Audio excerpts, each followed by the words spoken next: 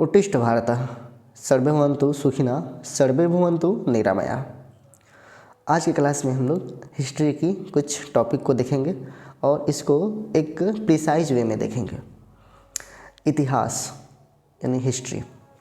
भारत के इतिहास की बात करें तो 3 वर्गों में बटा है, ancient history, modern history, medieval history. वहीं विश्व का इतिहास की बात करें तो उसको अलग से हम लोग देखेंगे।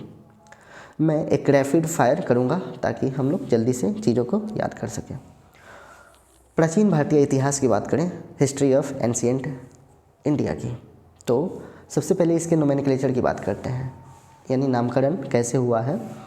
महाकाव्यों या पुराणों की बात करें तो वहाँ पे महाकाव्यों या पुराणों में एपिक्स यानी पुराण्स हैं, उसमें भारतवर्ष नाम मिलता है इसका।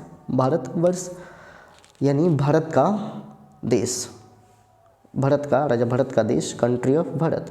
और यहाँ के निवासियों को भरत की संतान कहा गया, यानी भारती कहा गया है, भारतीय कहा गया है। यूनानियों ने, जो ग्रीक होते थे, इसको इंडिया कहा है। वहीं मुस्लिम इतिहासकार जो हुए हैं उन्होंने इसको हिंदुस्तान कहा है, यस हिंदुस्तान।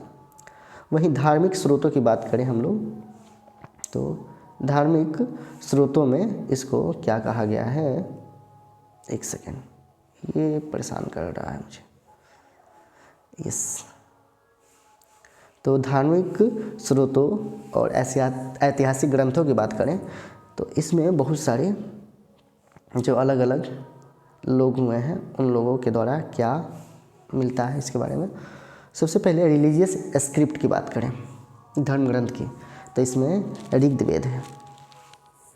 वहीं ऐतिहासिक ग्रंथ की बात करें तो हम लोग इसमें चाणक्य नीति को देख सकते हैं। विदेशियों का विवरण में हम लोग यहाँ पे देख सकते हैं फाहियान का। यहाँ पुरातत्व में देख सकते हैं कैसे आर्किटेक्ट्स जो बने थे पुरानी, उससे हम लोग को जानकारी मिलती है। तो सबसे पहले हम लोग देखते हैं धार्मिक और ऐतिहासिक ग्रंथ के बारे में। हिस्टोरिकल और रिलीजियस बुक्स ने क्या क्या ज्ञान दिया है इस इतिहास के बारे में। रिलीजियस बुक्स में, धार्मिक ग्रंथ में वेद हो गए, ब्राह्मण ग्रंथ हो गए, पुराण हो गए, वेदांग हो गए, उपनिषद, स्मृति ग्रंथ, धर्मसूत्र, अनर्टिक, जैन साहित्य, बौद्ध साहित्य हो गया। ये सभी क्या हैं, वैदिक साहित्य हैं। वैदिक साहित्य कहने का मतलब कि 1500 ईसा पूर्व से 600 ईसा पूर्व तक ये सभी लिखे गए हैं, रचना इसकी हुई है उस समय। वहीं ऐतिहासिक ग्रंथ की बात करें तो अर्थशास्त्र कौटिल्य के द्वारा, राजा तरंगिणी कल्हड़ के द्वारा, चचनामा अली अहमद के द्वारा, अष्टाध्यायी पाणिनि के द्वारा, गार्गी संहिता कात्यायन के द्वारा और महाभाष्य पतंजलि के द्वारा। तो इन लोगों ने भी भारतीय इतिहास के बारे में काफ़ी कुछ लिखा है। अब बात करेंगे हम लोग वेद की। तो वेद में जो है प्राचीन, भारत का सबसे प्राचीन जो धर्म ग्रंथ है वो है वेद, और इसके संकलनकर्ता कंपाइलर जो हैं वो महर्षि कृष्ण द्वैपायन वेद व्यास हैं। तो इन्होंने इसके संकलन का कार्य किया। कौन कौन से वेद हैं, तो 4 वेद आप लोग याद रखेंगे, ऋग्वेद, सामवेद, यजुर्वेद, अथर्ववेद। इन चारों वेदों से अलग अलग जानकारी मिलती है। वहीं ऋग्वेद की बात करें हम लोग तो ऋग्वेद है, ये अर्थ होता है इसका ऋचाओं के क्रमबद्ध ज्ञान का संग्रह, इन collection of systematic knowledge of रुच। हियर विभाजन इसका किया जाता है तो पहला विभाजन है 10 मंडल, सेकेंड है इसमें 1028 सूक्त है और 10,462 ऋचाएँ हैं। इन ऋचाओं में इंद्र के लिए 250, अग्नि के लिए 200 और ऐसे ही जो इसको पढ़ते थे उनको होत्री कहते थे, होत्री कहते थे, यानी सेग रीडिंग जो पढ़ने वाले ऋषि थे उनको कहते हैं हम लोग होत्री। जानकारियाँ जो है इनसे क्या मिलती हैं हम लोगों को, तो आर्यों की राजनीतिक प्रणाली के बारे में पता चलता है। वही विश्वामित्र द्वारा रचित जो 3रा मंडल है, विश्वामित्र द्वारा इसमें ऋग्वेद में 3रा मंडल रचना किया गया है, उससे क्या ज्ञान मिलता है हम लोग को। तो सूर्य देवता जो सावित्री को समर्पित एक गायत्री मंत्र है, उसका वर्णन, description of Gayatri mantra detected to sun god Savitri, इससे वो जानकारी मिलती है। वहीं 8वें मंडल की बात करें, हम लोग 8वें मंडल की बात करें तो इसमें हस्तलिखित ऋचाओं का वर्णन है, जिसको हम लोग कहते हैं खील। तो खील कहा जाता है जो 8वां मंडल में लिखा गया ऋचा है। 9वें मंडल में जो सोम देवता को समर्पित चीज़ें हैं उसको लिखा गया है। वहीं 10वें मंडल में चतुष्वर्ण समाज यानी 4 वर्णा सोसाइटी की बात की गई है। चारों वर्ग जो थे, 4 वर्गों में ब्राह्मण, क्षत्रिय, वैश्य और शूद्र थे। इट इज़ ब्राह्मण, क्षत्रिय, वैश्य एंड शूद्राज। वहीं धर्मसूत्र की बात करें तो जहाँ इनके कर्तव्यों का वर्णन किया गया है, उसको हम लोग यहाँ देखते हैं। नोट: प्राचीन इतिहास के साधन के रूप में वैदिक साहित्य में ऋग्वेद के साथ शतपथ ब्राह्मण का स्थान है। The Shatapatha Brahmana has a place in the Vedic literature after Rigveda as a means of ancient history. तो प्राचीन इतिहास के तौर पे हम लोग ऋग्वेद की बात करें तो शतपथ ब्राह्मण का स्थान आता है, जो कि काफ़ी इंपॉर्टेंट रोल प्ले करता है in the knowing of the history of India. Then it is Samaveda की बात करें तो गाए जा सकने वाले ऋचाओं का संकलन जो है उसको हम लोग कहते हैं सामवेद, यानी वेदा ऑफ मेलोडीज एंड चैंट्स। भारतीय संगीत का जनक है, father of music, Indian music है, और इसके पात्रकर्ता यानी रीडर को कहते थे उदात्री कहते थे हम लोग, जो सामवेद को गाते थे, सामवेद को पढ़ते थे। देन इट इज़ यजुर्वेदा वैदिक कर्मकांडों के नियमों का संकलन, कंपाइलेशन ऑफ वैदिक रूल्स, रिचुअल रूल्स को हम लोग कहते हैं क्या, यजुर्वेद। पाठकर्ता इसके अध्ययु कहलाते थे और विशेषता इसकी क्या है, यह गद्य और पद दोनों में ही है। So it is in both what prose and verses. Then the last is Atharvaveda. Yes, Atharvaveda. सबसे आखिरी में जो रचित वेद हैं वो है अथर्ववेद। तो इस तरह से चारों वेद जो है, ऋग्वेद सबसे प्रथम, सामवेद, यजुर्वेद, देन अथर्ववेद। ओके, रचयिता इसके जो हैं ऋषि अथर्वा इसके रचयिता हैं। जानकारी क्या मिलती है तो देखेंगे, रोग निवारण, तंत्र मंत्र, जादू टोना, विवाह दैट इज डिजीज प्रिवेंशन, तंत्र मंत्र, विच क्राफ्ट, मैरिज etc. इसके बारे में जानकारी मिलती है। सामान्य मनुष्यों के विचार, विश्वास और अंधविश्वास के बारे में पता चलता है। Common man's beliefs and superstitious. वहीं सभा और समिति, प्रजापति की 2 पुत्रियां कही गई हैं, उसके बारे में भी जानकारी मिलती है। सो सपा समिति consider 2 daughters of Prajapati. Then कन्याओं की जन्म की निंदा करता है ये Atharvaveda. So blasphemy of the births of girls. Then ये है वेदांग सूत्र। इसमें देखेंगे वेदों को समझने हेतु बहुत सारे वेद लिखे गए हैं। इनकी संख्या कितनी है तो 6 हैं। Their numbers is 6। कौन कौन से हैं तो पहला है शिक्षा, इट इज़ फोनेटिक्स, उच्चारण, प्रोनाउंस सीखने के लिए। देन कल्प, रिचुअल, रस्म और समारोह, दैट इज सेरेमनी। देन व्याकरण, ग्रामर। ओके। देन निरुक्त, एटिमोलॉजी, शब्दों की उत्पत्ति, ओरिजिन ऑफ वर्ड्स कैसे हुई हैं उसके बारे में जानकारी। देन छंद, दैट इज मैट्रिस, और लास्ट में ज्योतिष, एस्ट्रोलॉजी। तो ये सभी जो हैं वेदों को समझने के लिए 6 चीज़ें हैं जो एक इंसान में होनी चाहिए, फिर वो वेद को समझ सकता है ना। पहला क्या कि वो शिक्षित हो, वो रस्म और कल्प को समझे। देन व्याकरण उसकी अच्छी हो उस सब्जेक्ट के विषय में, वो निरुक्त हो, शब्दों की उत्पत्ति, शब्दों के भाव को, शब्दों के मतलब को समझ सके, अर्थ समझे। छंद पढ़ना आए, एस्ट्रोलॉजी का जानकार हो, तो फिर वो वेद को पढ़ सकता है। Then it is Puranas. भारतीय ऐतिहासिक कथाओं का सबसे अच्छा क्रमबद्ध जो विवरण मिलता है वो है पुराण्स में। So the best arranged description of Indian historical stories are in given which Puranas. रचयिता कंपोजर इसके कौन हैं तो लोमहर्ष और उनके पुत्र Ugrashrava. So Lomaharsha and his son Ugrashrava are the composer of Puranas. अधिकांश पुराण संस्कृत श्लोक में रचित हैं। So most of the Puranas are composed in Sanskrit verses. पुराणों का पाठ रीडर पुजारी करता है। तो उसे पुजारी कहते हैं। स्त्री और शूद्र को इनके पठन की अनुमति नहीं थी, हालांकि वे सुन सकते थे। So womens and Shudras were not allowed to read them although they could hear them. Yes. संख्या की बात करें अगर वेदों की, पुराणों की संख्या, तो पुराणों की संख्या कितनी है? 18 है। 18 पुराण है। जैसे यहाँ पे एक मत्स्य पुराण का तस्वीर आप लोग देख रहे हैं, ऐसे भी और भी पुराण है। उनमें से प्रमुख पुराणों को देखें। मत्स्य पुराण सबसे प्राचीन, और इसमें आंध्र सातवाहन वंश की जो कहानियाँ हैं वो दी गई हैं। विष्णु पुराण जो मौर्य वंश से संबंधित है, वायु पुराण जो गुप्त वंश से संबंधित है, और ब्राह्मण पुराण जो पुरु राजा पुरु वंश के से संबंधित है। भगवत पुराण कृष्ण की भक्ति से संबंधित है, और ये राजाओं की क्या है? वंशालियाँ हैं। These are lineage of kings. Yes. Then Brahmanas, अगला है ब्राह्मण्स। जैसे यहाँ पे आप देख रहे हैं शतपथ ब्राह्मण के, इसको यहाँ पे आप लोग तस्वीर में देख रहे हैं। तो यज्ञों और कर्मकांडों के विधान को, yajnas and rituals of the society is comes under Brahmanas. प्रमुख जो ब्राह्मण्स है उसमें आप लोग देख सकते हैं ऋग्वेद, शुक्ल यजुर्वेद, कृष्ण यजुर्वेद, सामवेद, अथर्ववेद, और इनसे संबंधित जो ब्राह्मण है उसको समझेंगे। तो ऋग्वेद को समझने के लिए लिखा गया है ऐत्रेय ब्राह्मण, संखायन, और या कौशिकी ब्राह्मण भी कहते हैं।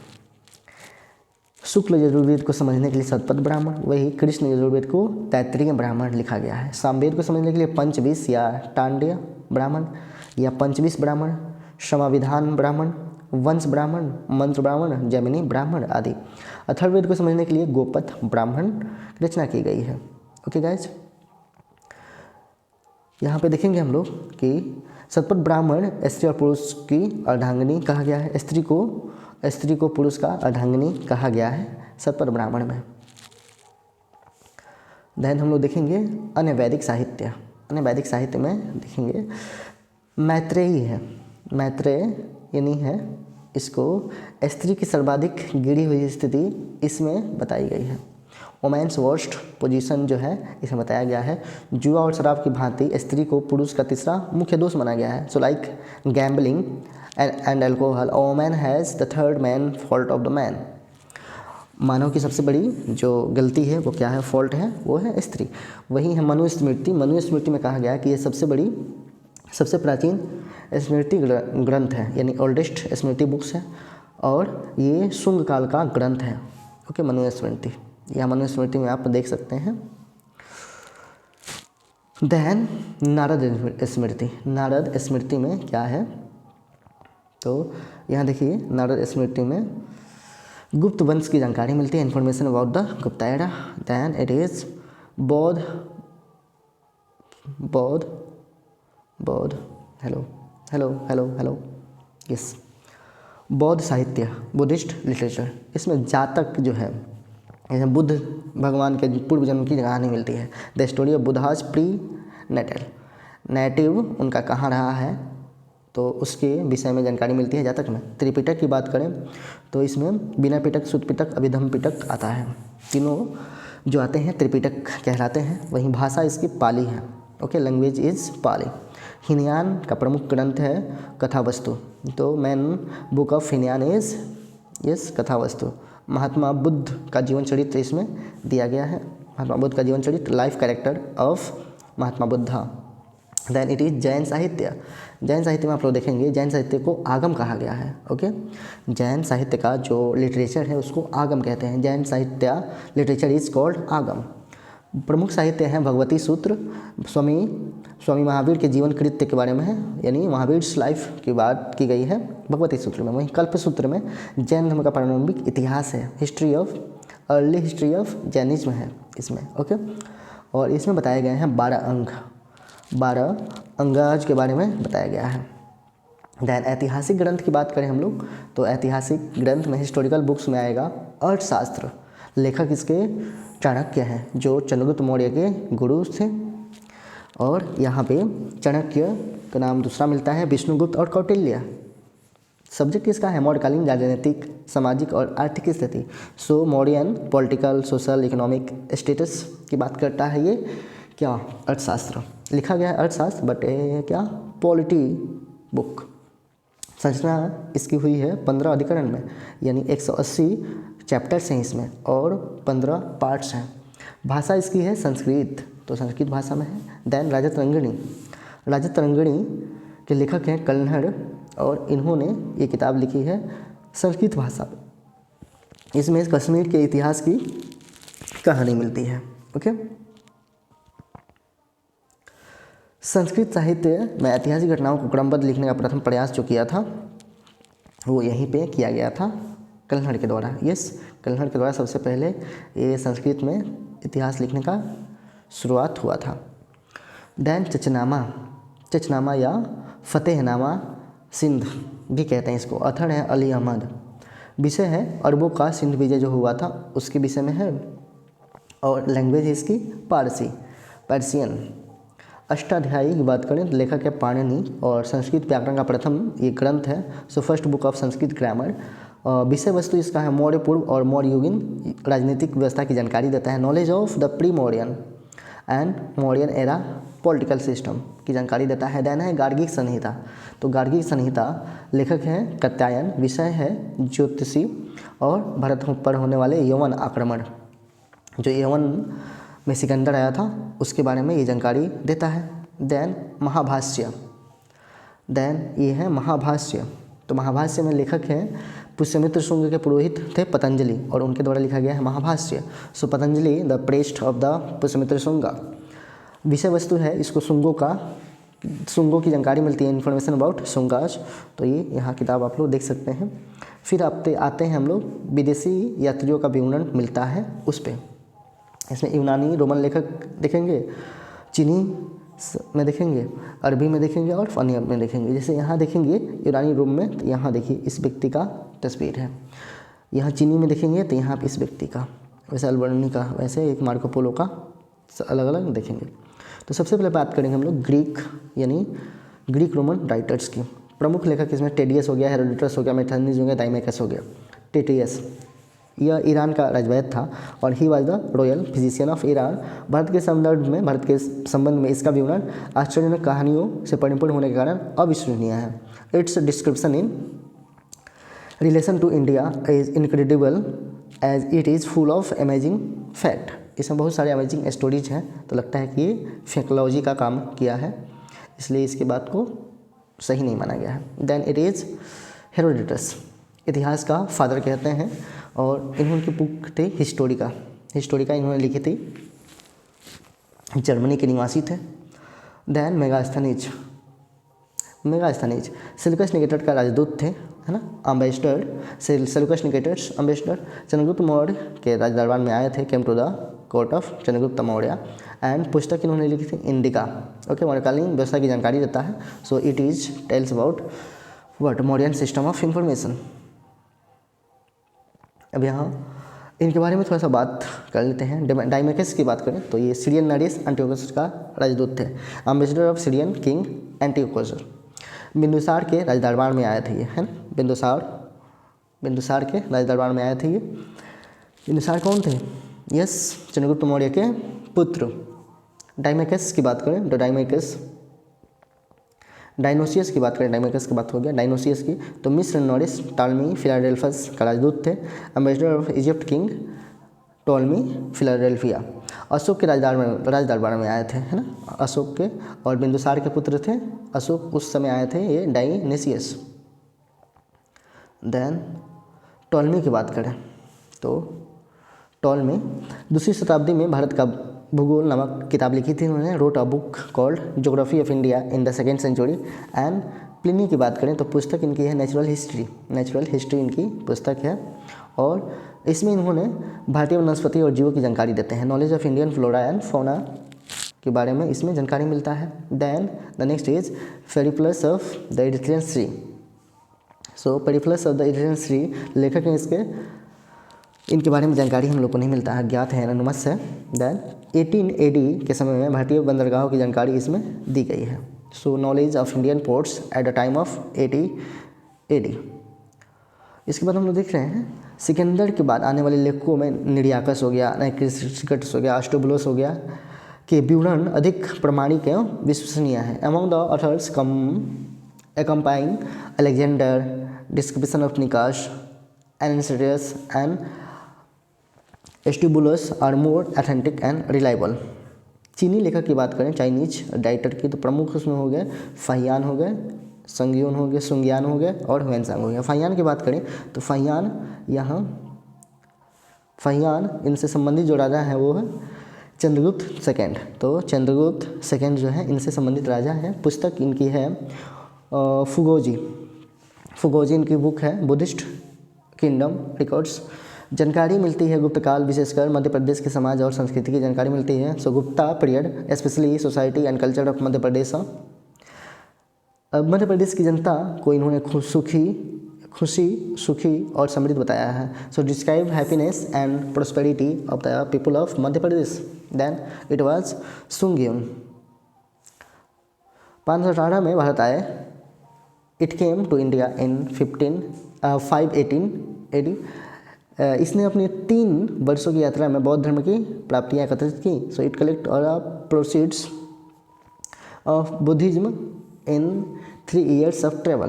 देन ह्वेनसांग का बहुत सारा नाम आप लोगों को यहाँ देखने मिलेगा, क्योंकि इन लोगों का नाम अजीब होता था, याद रखने में भी दिक्कत होती थी। ये भाई साहब हट जाइए सनम तेरी कसम। ह्वेनसांग यात्रा इनकी शुरू होती है 629 AD में और 645 तक ये इंडिया में रहते हैं। रेन इस समय किसका था? शासनकाल था हर्षवर्धन का। 15 वर्ष के इस दौरान इन्होंने बहुत सारी काम किए। सुयुकी नामक इन्होंने किताब लिखी। हर्षकालीन व्यवस्था के बारे में इन्होंने बताया और 138 देशों का विवरण भी इसमें इन्होंने लिखा। वहीं बात करें विशेष में तो बिहार में स्थित नालंदा विश्वविद्यालय है और इसमें इन्होंने अध्यापन का कार्य किया, यानी पढ़े भी और वहाँ पढ़ाए भी। So work in teaching eight Nalanda university Bihar. समकालीन कुलपति इस समय थे वो आचार्य शिलभद्र थे। नाम इंपॉर्टेंट है, शिलभद्र जी का नाम याद रखेंगे आप लोग। देन इत्सिंग जो है 7वीं सदी के अंत में भारत आए और एक ये चीनी यात्री और अनुवादक थे। So a Chinese traveller and translator arrived in India at the end of 7th century। जानकारी इन्होंने दी समकालीन भारत नालंदा विक्रमशिला विश्वविद्यालय के बारे में, controlling India Nalanda and Vikramshila university के बारे में इन्होंने जानकारी दी। तो इस प्रकार से यहाँ पे आप लोग देख सकते हैं कि फाहियान, संग्योन, ह्वेनसांग और इत्सिंग आते हैं। सबसे पहले Fahien, then Sung Yun, then Hiuen Tsang, then I Tsing. अरबी लेखकों की बात करें हम लोग तो अरबिक लेखकों में आप पहले देखेंगे प्रमुख लेखक अलबर्नी हो गया, इब्न बतूता हो गया। अलबर्नी के बारे में जानकारी हम लोग को क्या मिलता है तो महमूद गजनवी के साथ भारत आया था। ये अरबी लेखक था, Arabian writer coming to India with Mahmud Ghaznavi. Books इसकी जो है वो है किताबुल हिंद या तहकीके हिंद या भारत की खोज भी कहते हैं इसको। सो ये आप देख सकते हैं। भाषा इसकी रही है अरबिक यानी अरबी। इसमें 80 चैप्टर्स हैं। जानकारी क्या मिलती है तो जानकारी देता है धर्म, दर्शन, त्यौहार, खगोल विज्ञान, religious philosophy, festivals and astronomy के बारे में जानकारी मिलती है। समाज तंत्र मंत्र के बारे में, सोसाइटी तंत्र मंत्र के बारे में भी जानकारी देता है। राजपूत कालीन राजनैतिक और सामाजिक स्थितियों के बारे में बताता है। Rajput periods, political and social conditions के बारे में बताता है। वहीं बात करें इब्न बतूता का तो इब्न बतूता जो है ये मोहम्मद बिन तुगलक के समकालीन थे और मोरक्को यात्री, लेखक और खोजी थे। यानी ये Mohammad bin Tughlaq's contemporary and Moroccan traveller, Morocco से आए थे, राइटर एंड एक्सप्लोरर। पुस्तक इनकी यात्रा वृत्तांत है रिहला इनकी द्वारा लिखी गई किताब है एंड इन अरबियन लैंग्वेज है, अरबी भाषा में है। जानकारी मिलती है 14वीं सदी की भारतीय परिस्थितियों के बारे में, 14th century इंडियन कंडीशंस के बारे में जानकारी मिलती है। दिल्ली की सल्तनत की जानकारी मिलती है। इन्फॉर्मेशन ऑफ दिल्ली सल्तनत के बारे में इन्होंने बताया। विशेष क्या है 1313 में मोहम्मद बिन तुगलक ने इब्न बतूता को दिल्ली की काजी न्यायाधीश बनाया था। So in 1333 Mohammad bin Tughlaq made Ibn Battuta the qazi और जज ऑफ द दिल्ली। देन अन्य लेखकों में हम लोग देखते हैं तारानाथ को। क्या देख रहे हैं हम लोग? तारानाथ को। तो तारानाथ एक तिब्बती लेखक थे, तिब्बतियन राइटर थे और इनकी पुस्तक है कंग्यू या तंग्यूड़। तो ये नाम आप लोग देख सकते हैं। उसके बाद मार्को पोलो की बात करें तो मार्को पोलो जो है ये 11वीं सदी के अंत में पांड्य राज्य की यात्रा करते हैं। Visit of Pandya kingdoms at the end of 11th century. ये पांड्य इतिहास की जानकारी भी इनको इनके द्वारा प्राप्त होती है। ओके, ख़त्म हो गया, कोई बात नहीं। चलिए आज की पढ़ाई को हम लोग यहीं ख़त्म करते हैं।